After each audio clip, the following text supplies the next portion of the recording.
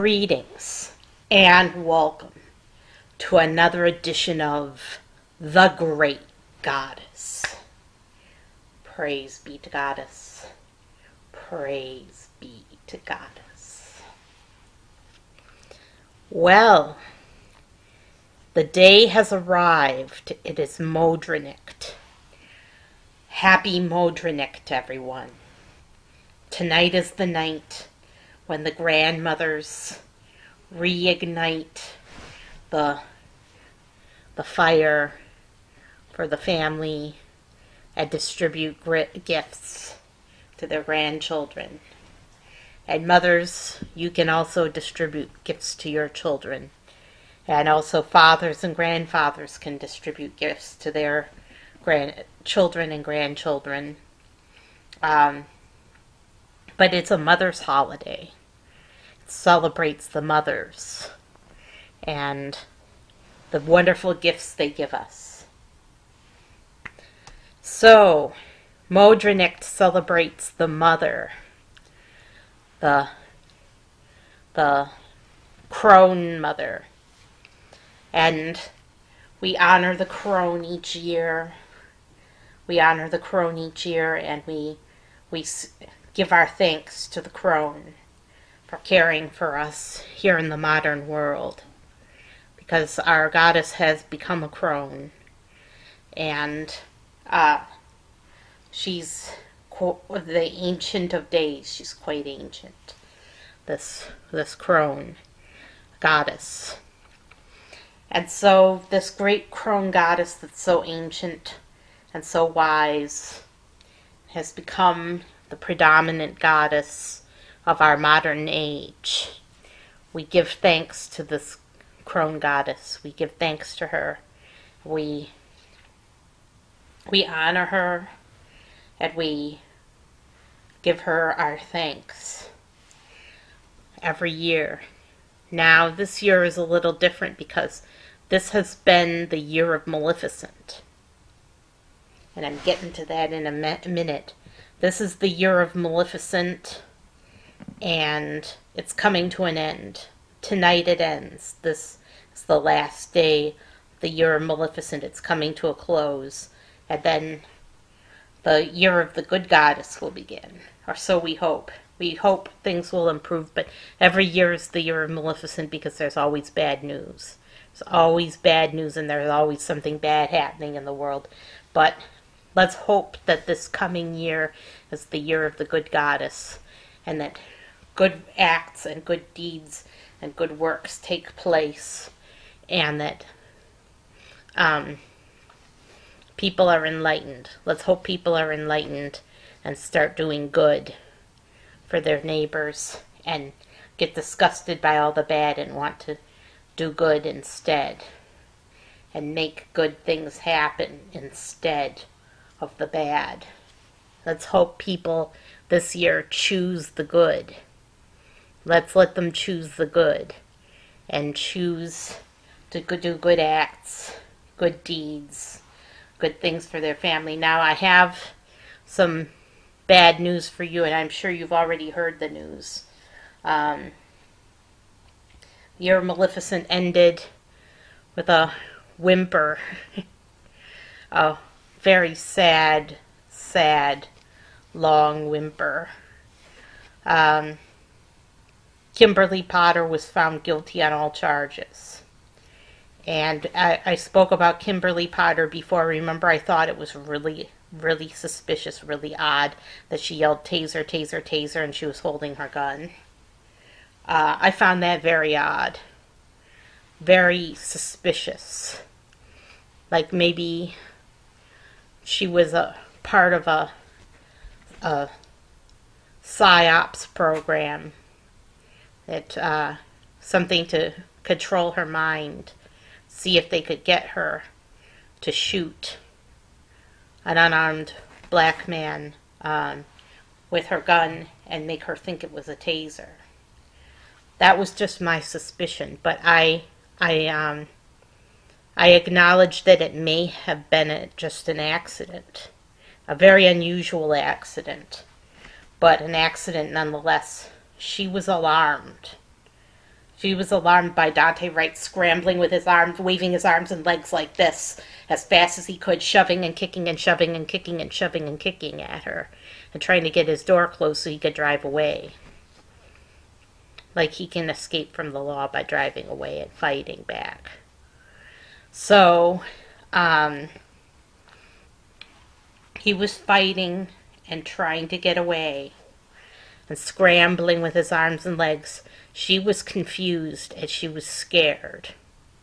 And when people are confused and scared, it's easy to make an error in judgment, a mistake.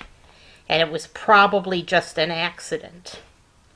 It was just an accident because she did not intend to kill Dante Wright. As she felt immediate remorse. If you look at the footage at the scene and the extended footage, you'll see that she's weeping. She's weeping that she had shot Dante Wright, and she was saying, I never shot anyone before, and she was crying. She was very, very upset right after she did it. And she was upset on the witness stand too. She spoke in her own defense, and they found her guilty on all charges, even though first-degree manslaughter, read the penal code, first-degree manslaughter is intent, with intent. They have to intentionally have killed somebody. So first-degree manslaughter is just a step removed from murder. It's a form of murder because it's with intent. She did not have intent, and she was found guilty on first-degree manslaughter. That is a miscarriage of justice, and I can see it going to a retrial. I could see it moving on to retrial. And the jurors felt rushed. The jurors felt rushed, and they were under a lot of pressure because it was the Christmas holiday, and they said, we want to go home for Christmas. Don't you want to go home for Christmas and be with your family and be done with this? Don't you want to be done with this before Christmas? So they put a big, huge pressure, and they did it. They deliberately had her trial right before Christmas so that this would happen. They deliberately had her trial right before Christmas so that the jurors would be deliberating the day before Christmas Eve and would be under pressure to end the trial,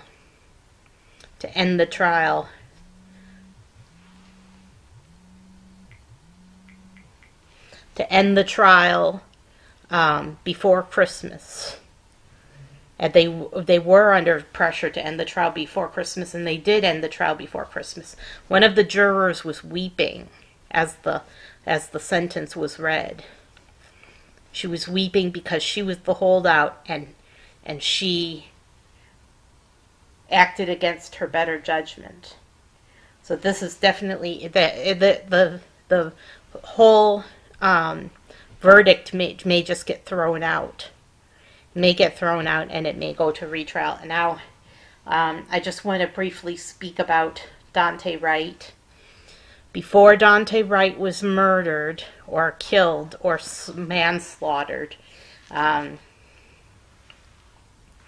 he held a gun on a woman and demanded money from her. And when she wouldn't give it to him, he wrapped his hands around her throat and squeezed as hard as he could. He squeezed as hard as he could. He was a killer. Dante Wright was a killer. And the woman managed to escape from him and went to the police. He was out on bail when this happened, and he had skipped his bail. He skipped out on them. He was supposed to return, and he never returned. So they were bringing him in. They actually saw his license plate, saw it matched someone that was skipping bail, and pulled him over and were trying to take him in. He thought he could run from the police. He thought he could run from the police and escape judgment and just make a run for it and make it. He thought he could make it, that he could foil the police. So Dante Wright was a killer. He didn't manage to kill the woman that he strangled, but he certainly did try his hardest. He certainly did try his hardest to strangle her for the money. And it's true that what people will do for money, they'll do dirty, dirty deeds for money. Dirty deeds. And so Dante Wright's family doesn't mention this. When people are all crying for Dante Wright and have tears rolling down their face because it's another black man, what they don't know is that this particular black man was a murderer. And that he had murder in his heart, and that he would have killed somebody else if he had been allowed to get off free. If he had been allowed to get away, he would have killed somebody else. They just mourn him because he's a black man, and they don't care what he did, or the content of his character, or who he was. They don't care. They don't care. They don't care that he's a killer. He's a thug. Only a thug robs a woman at gunpoint and then strangles her with his hands to get the money. That's a thug.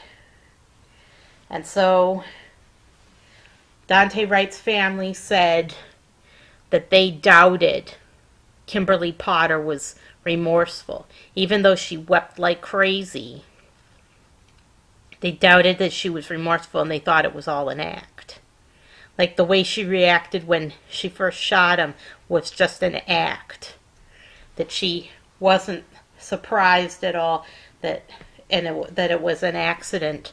That she had done it on purpose. That she wanted to kill Dante Wright. That she intended to kill Dante Wright, even though she cried like crazy when she found out she had done it. She didn't know.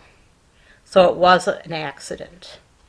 It wasn't murder. It was an accident in the line of duty. It was caused by, she was startled by Dante Wright. She was startled by him. She had a flight or fight panic and pulled the wrong weapon. And guess what? If this had happened 20 years ago, no one would even have sneezed, because there were no tasers 20 years ago. When she started out, when she was first trained, there were no tasers. There were no tasers. There were guns, and that's it. And that's all you got, was a gun to defend yourself if you were a cop. So Dante Wright would have been shot 20 years ago, and there wouldn't have been even a hiccup. It wouldn't have certainly made it to trial, just because she didn't use a taser. And tasers don't always work anyway. So,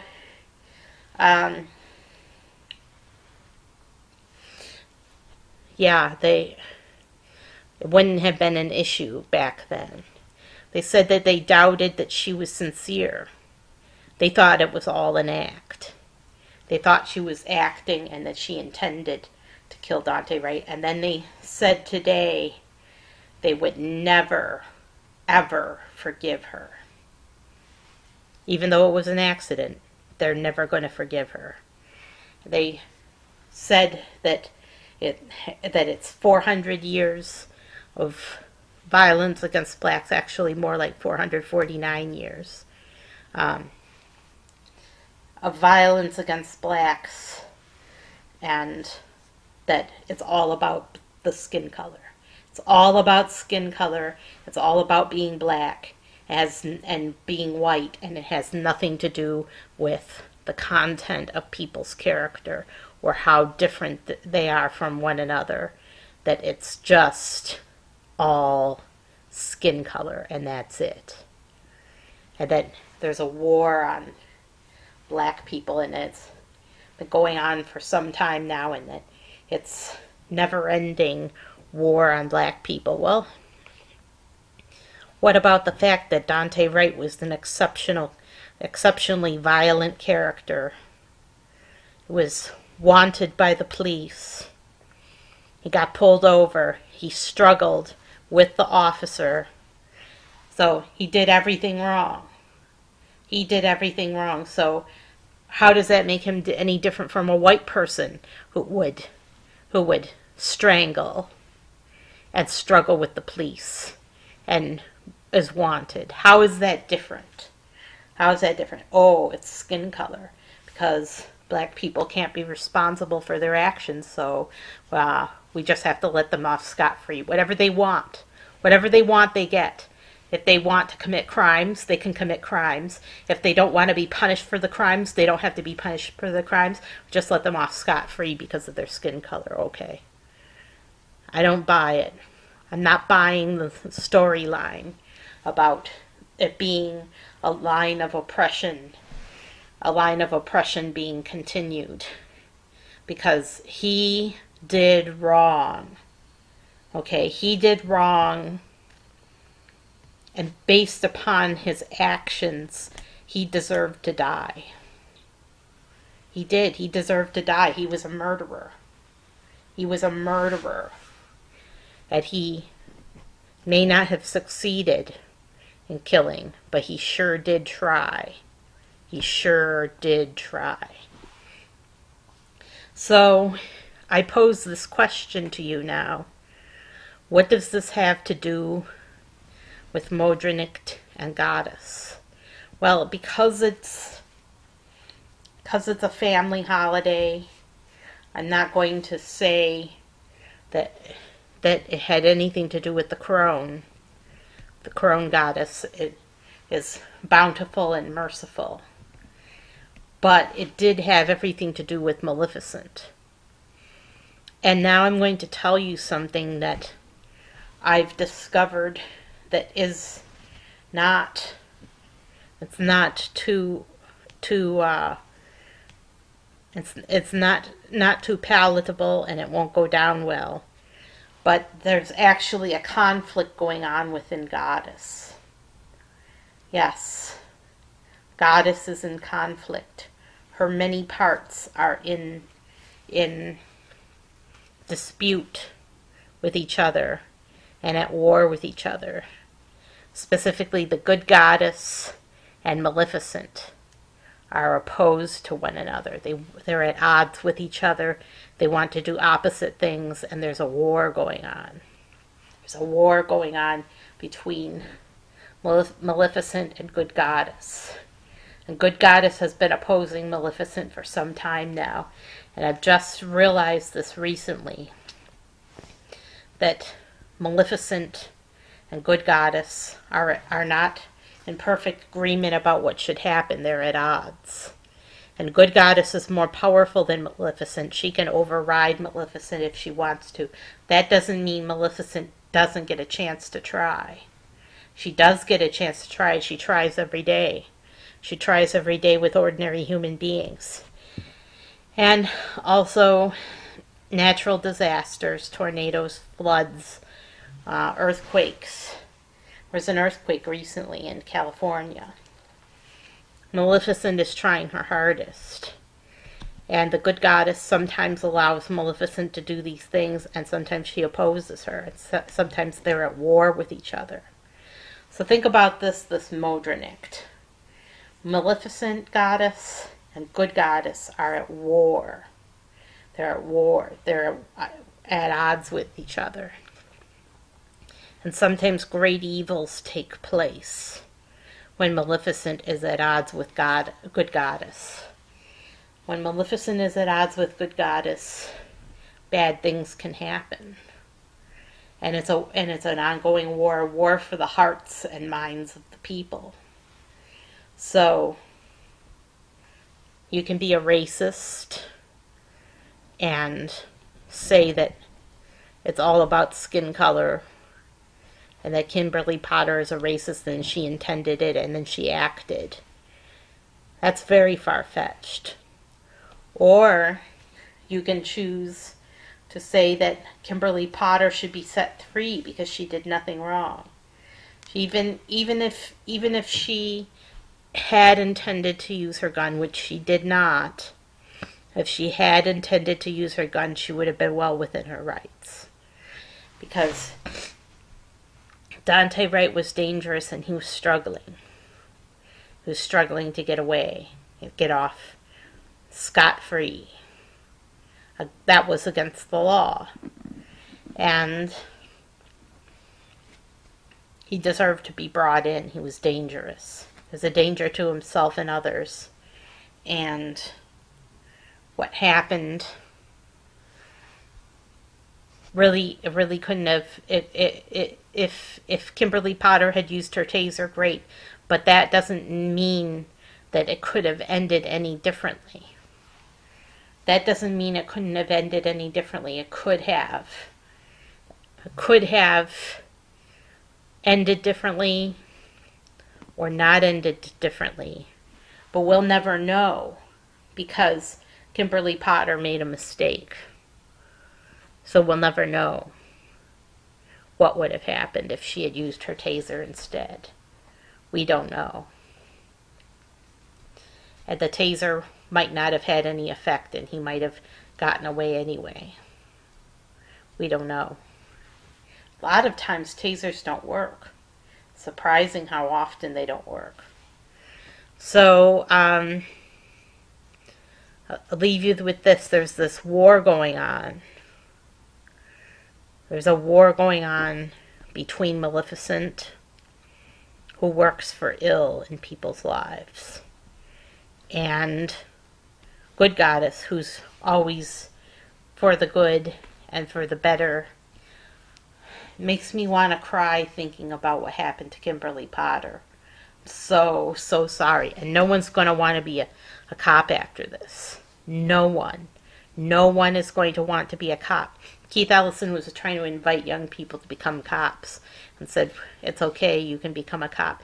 But what he doesn't say is the minute you mess up in 25 years, the second you mess up, if there's a black man involved, we're going to prosecute you to the fullest extent of the law for an accident, for a mistake. We will prosecute you for an accident, for a mistake, and we will assume intent. Instead of examining your mental state, we will assume intent, and we will prosecute you to the fullest extent of the law and beyond the law. Beyond the law, we'll prosecute you beyond the law because the law says there has to be intent, and we'll just assume intent, which is going beyond the legal limits of the law. It's illegal. It's illegal what they did. They did it because they wanted to go for their family Christmas. That's it. Would we sacrifice our Modranicht so that an innocent woman, and they were going to let them off on Christmas Eve and Christmas Day. They were going to get those days off, and then after Christmas they had to come back. But would we sacrifice our Modranicht so that an innocent woman could go free? I would hope so. I would hope that we would give up our Modranicht so that an innocent woman could go free. But it falls on Christmas, right? It falls on the same day that those really arrogant Christians, just because they assume that the world revolves around all of their holidays. And it does. It does. You don't see Jews getting their holidays off. It's only Christians that get their holidays off. They get Christmas off, and they get Easter off, and they get Thanksgiving off. They get all of their holidays off.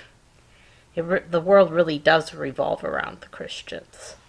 It revolves around the Christians. You don't get your holiday off. You don't get your holiday off, whoever you are. Only the Christians get their holidays off. Because the world revolves around Christians. This is a Christian country. And assume that since 80% of the people are Christians, that 80% of the people makes a majority, and that we have to cater to the majority, give them their holidays off and nobody else. Just a little tidbit. Just a little tidbit for you about the unfairness of Christian holidays taking precedent over all the others. But anyway, there is a war going on between Maleficent and Good Goddess. And you have to choose. You have to pick a side in this war. Will you choose the Maleficent Goddess, who is a punisher and will punish you severely for going against the good, even though she encourages you to be evil? She tempts you. Or will you choose the good goddess, who is all light and no evil? It was a inevitable outgrowth of goddess, that the good and the bad would be separated and go their separate ways. It was an inevitable, irrevocable, and eternal war between good and evil. It couldn't have been any other way. It couldn't have been any other way. Had to be, because the good wanted to be good, and wanted to be less evil, wanted to be more good.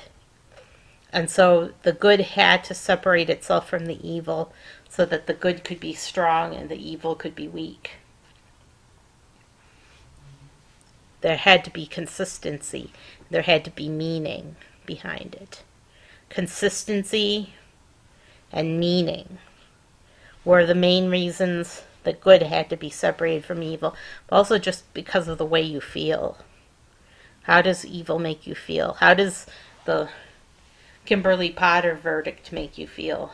And how does the miscarriage of justice make you feel? When a woman who made an accident, who made an innocent mistake, gets prosecuted as if she intended, to the fullest extent of the law, she gets prosecuted, and beyond the law, she gets prosecuted. Well, it's because Maleficent was working against Kimberly Potter. Yes, she was. She wanted to see if she could tempt these African American individuals into believing that it was all about race and all about skin color, when Dante Wright was really a killer. She wanted to tempt them. She wanted them to make it about race, so that she could claim them. She could claim their hearts and minds, take them for herself. They will probably, these individuals that made these statements, Dante Wright's family and other families as well, will probably have to face discrimination as a white person in the next life. They will be in Kimberly Potter's shoes, and they'll walk her path to their doom. They have to see it from the other side. They have to. Because they refuse to see it from the other side, they have to. Because they refuse to forgive, they will be shown no forgiveness as well. That's just the way it works. You don't show forgiveness, you don't get any forgiveness. And that's fine. That's their choice. Nothing bad's going to happen to them. They're not going to be damned eternally, because I don't believe in eternal damnation. They'll just have to face the music sooner or later. It'll probably be sooner rather than later. So, yeah. Goddess in conflict. War between the two aspects of goddess. Still one whole, but she's split down the middle. She's divided down the middle, and there's a war and a conflict going on. She wants you to choose. Both aspects of goddess want you to choose the good. They want you to choose the good over evil. But they have different ways of going about it. And Maleficent, she's a temptress, and she won't let go. Maleficent is a temptress, and she won't let go. But we can make Maleficent good by choosing the good. We can make Maleficent a good deed doer and a good character by choosing the good. Can't anyone see the truth about this, that Kimberly Potter is innocent and she's really remorseful and regretted the accident almost as soon as she had done it? If she hadn't acted so guilty, maybe the jury wouldn't have found her guilty. If she had been more like a psychopath, they would have liked her better if she hadn't shown any remorse at all. She just seemed too guilty, so they had to find her guilty. And of course, there's politics. It's a liberal state and liberal jury. So, because it's a liberal state and liberal jury, they think and feel a certain way about black people and think that it's all about skin color also. They buy it. They buy the party line that it's about skin color when it was obviously just an accident. I'm Sarah Jane Alphawolf signing off. You guys have a terrific Modranicht. Celebrate with your children. Teach them about the crone goddess. And teach them about the war of good versus evil. And encourage them to choose the good.